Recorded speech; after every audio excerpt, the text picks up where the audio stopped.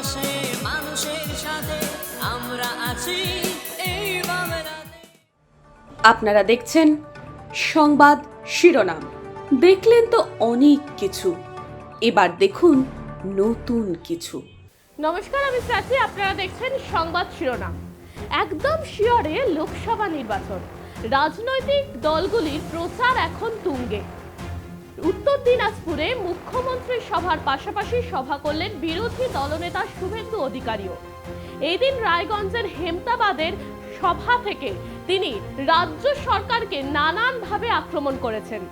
কখনো বা বলেছেন রায়গঞ্জে তৃণমূল জিততে পারবেন না, আবার কখনো বা তিনি বলেন এইখানে কোটি কোটি টাকা চুরি হয়েছে। এমন নানান কথায় কটাক্ষ করেন শুভেন্দু। কি বললেন তিনি, শুনবো। তারা বুঝেছেন 21-এর ভোটের পরে রামপুরহাটের বক্তব্যে ভাবু আনারুলরা শিকল তুলে 7 জন মুসলিম মহিলাকে পুড়িয়ে মেরেছিল।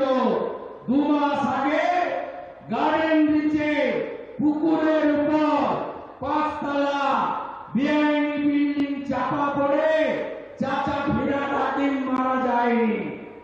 কাউন্সিলর তোলাবাদ শামস ইকবাল মারা যায়নি। 12 জন সংখ্যালঘু গরিব চাপা পড়ে মারা গেছে। তাই ইসলামপুরে মমতা ব্যানার্জি আজকে বলছেন যে এখানে জোটের সংখ্যালঘু প্রার্থী তিনি দাঁড়িয়েছেন ভোট কাটার জন্য।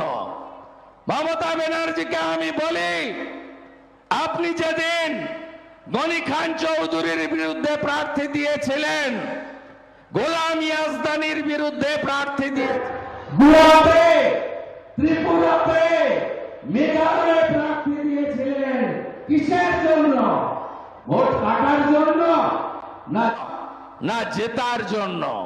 মমতা ব্যানার্জি বুঝে গেছে রায়গঞ্জ লোকসভার আসন হবে না, হবে না, হবে না। আপনারা কত অত্যাচার সহ্য করেছেন এই জেলা। গোটা রাজ্যের মধ্যে 100 দিনের কাজে সবচেয়ে চুরি হয়েছে কোথায়? আপনাদের এই জেলাতে। অরবিন্দ মিনা বলে একজন জেলা শাসক ছিলেন। আপনারা ভাবলে অবাক হবেন, গৌতম পালের এনজিও কে দিয়ে মোদিজির পাঠানো স্বচ্ছ ভারত অভিযানে আপনাদের বাথরুমগুলো লুট করেছে এখানকার আগের জেলা শাসক, সঙ্গে গৌতম পাল। পেয়েছেন কেউ বাথরুম? 12,000 টাকা করে এই তৃণমূল পায়খানাও খায়।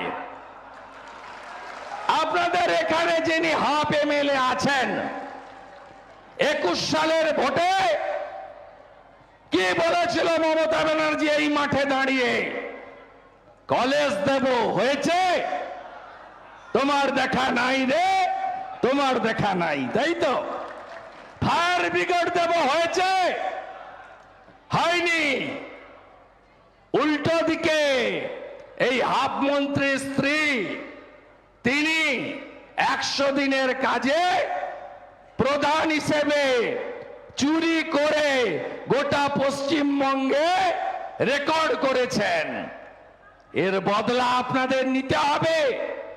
মাইনরিটি স্কলারশিপ, ছাত্র নেই, স্কুল নেই, হাজার হাজার মাইনরিটি স্কলারশিপের টাকা চুরি হয়েছে। মানুষের পাশে মানুষের সাথে আমরা আছি এই বাংলাতে। আপনারা দেখছেন সংবাদ শিরোনাম। দেখলেন তো অনেক কিছু, এবার দেখুন নতুন কিছু।